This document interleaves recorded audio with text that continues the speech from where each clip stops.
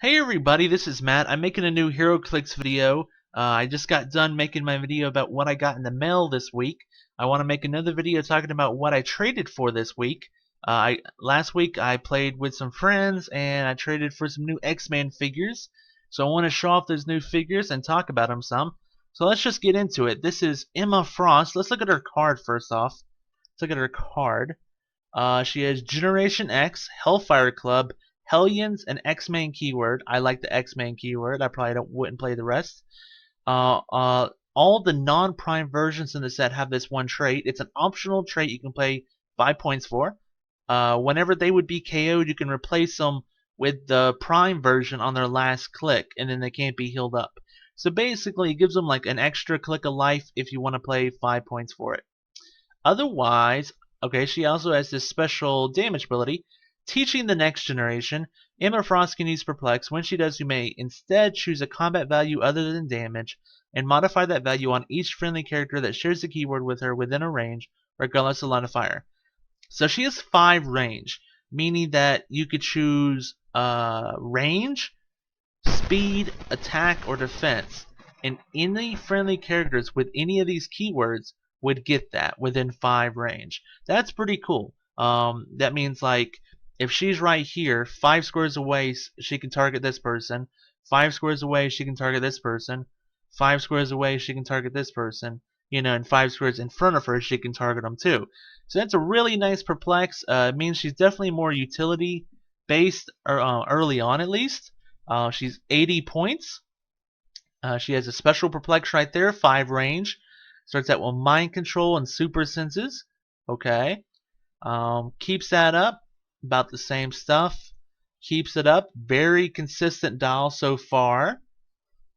Okay, now she's definitely going into more offensiveness. She has the running shot, psychic blast, energy shield deflection with shape change. That's kind of nice. That's really nice actually. I think I bounced my opponent onto this click at one point, and he was able to retaliate pretty well because of this. These last few clicks. She loses the running shot, but her values are still pretty good, and she can still use Psychic Blast from range. And then she finally goes down to 9 attack. That's what I was looking at.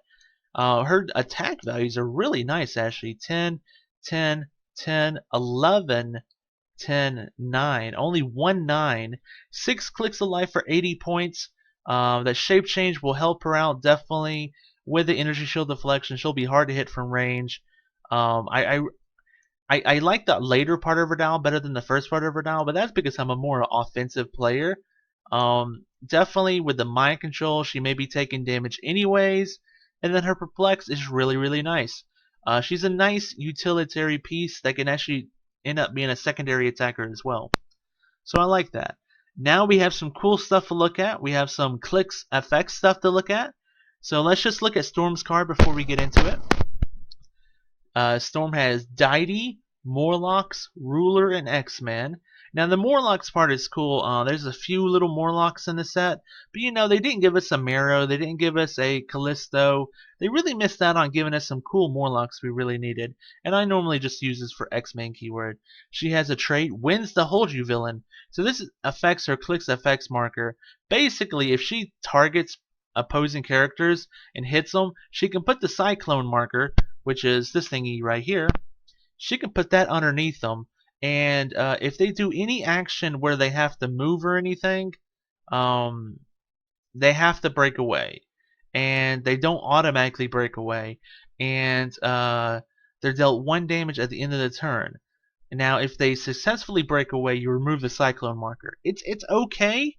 It's okay. The bad thing about it is if it goes away if they successfully break away.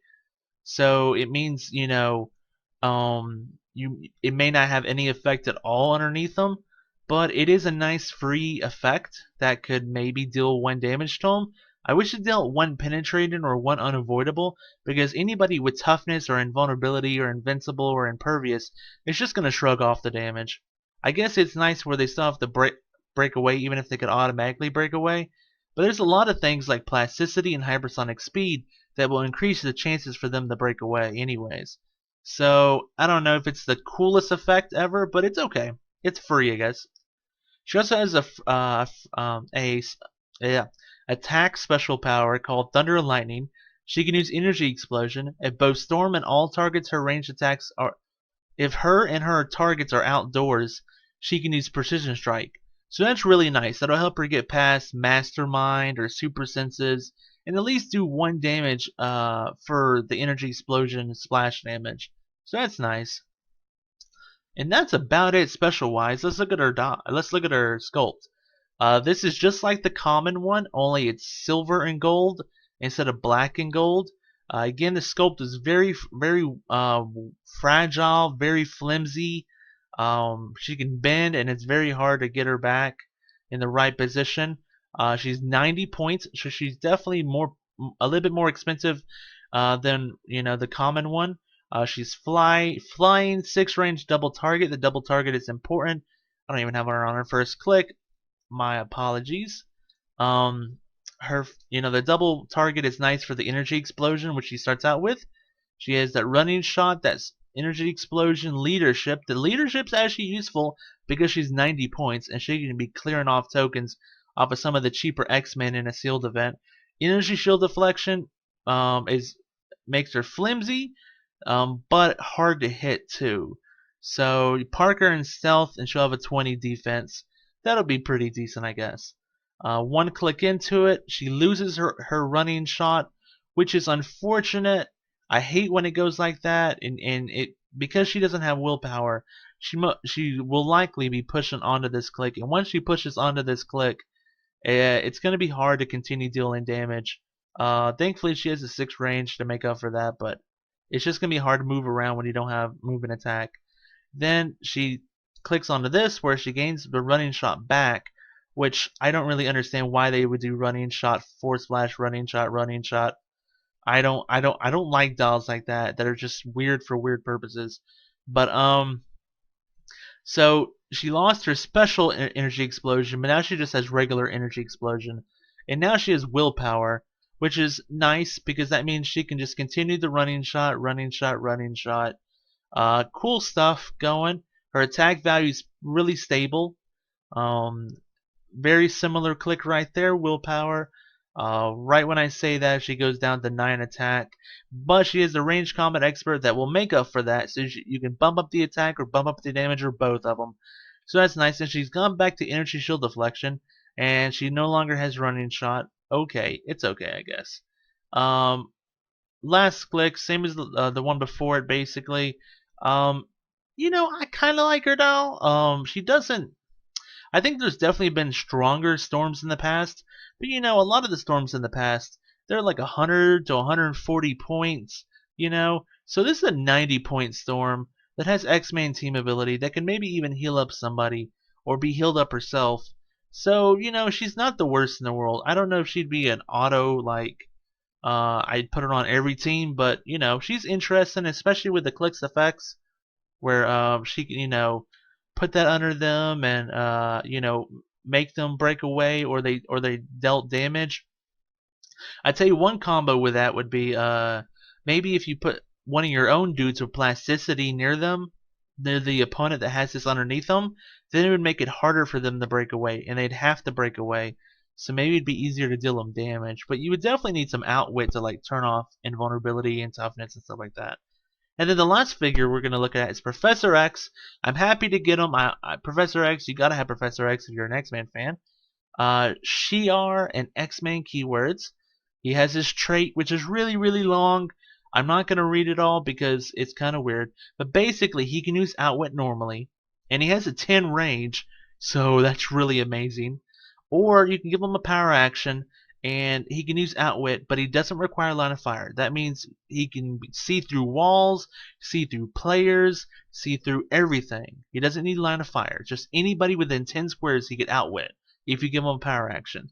And when you do that, you put this clicks FX thing, the mental lock on them.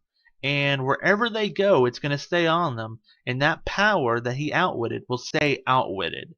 And it doesn't end. And Professor X, if that happens, then he can't use Outwit anymore. And then it remains attached to that person as long as that character is within the 10 range of Professor X. which is really nice. He has a 10 freaking range. But if they step outside the 10 range, it will go away. And then at the beginning of your turn, you and the character's controller, so you and your opponent, you both roll 2d6, and if your result is lower, you remove the mental lock marker. So imagine he sees Wolverine coming in 10 squares away. He outwits Wolverine's charge and says, "You don't want to do this." Okay? Then Wolverine moves a little bit closer. He doesn't have charge anymore. And then at the beginning of your next turn, Wolverine's struggling with Professor X in his mind. He's saying, "Get out of my mind!" And then that's when you do the roll-off. And Wolverine maybe can fight Professor X and kick him out of his mind. And if he does, that mental lock marker goes away. If he doesn't, and Professor X is the stronger mental person, it will stay attached to Wolverine. So hopefully that scenario kind of explains that ability a little bit better. But let's look at his other powers. Does he have any other special powers? Oh, he has this one. A special damage power. Erase you from your enemy's mind. Professor X and adjacent friendly characters with the X-Men keyword can use shape change if they are not on their starting click. That means click numbers 2 through KO. If any of them succeed using shape change, no friendly character with the X-Men keyword can be targeted this turn. So that's really interesting. 2 tidbits there though. Professor X has to be adjacent to all the X-Men to give them the shape change. So this is not a Professor X that's going to be 10 squares away. This is going to be one that's going to be kind of up in the middle of everything, you know? And it kind of makes sense why they gave him defend, so he can be near them and using defend to share his defense value, and then also giving him shape change. And then if any of the shape changes succeed, your opponent can't target any X-Men keyworded pieces that turn, which is pretty killer.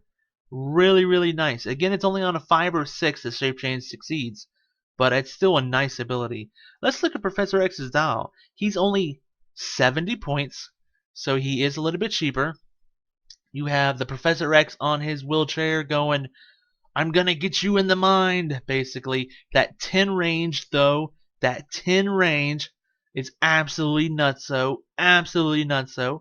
Starts out with mind control and willpower. The willpower is nice. That means he can get around quickly.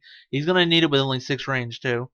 0 damage. He's not about punching people. He ain't going to punch people. Hey, did he gain 1 defense? No, okay. He actually gained 1 attack. That's really interesting. Okay. Now he's gaining sidestep. That's really nice. And there's that defend. There's that defend where he can share that 17 to people. And then he also has that shape change, a special shape change you can share. So at this point, he wants to be up in the fight. Even though he can't deal any damage, he could still use that special outwit. And he could still share his defense with defend. And he could still share the shape change.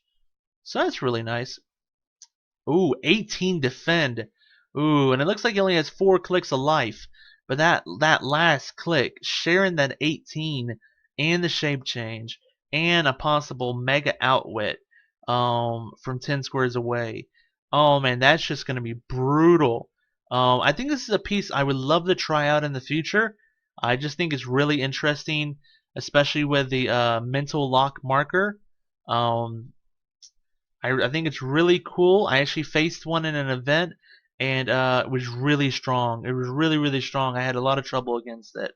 Really hard to get up on them when your charge is outwitted the entire freaking time, you know? So that was that video, everybody. Thank you so much for taking the time out of your day to watch this video. I know you could be doing so many different things, so thank you so much. And I hope you enjoyed watching this. Let me see if I can zoom out a little bit so you can see all the figures. That's cool.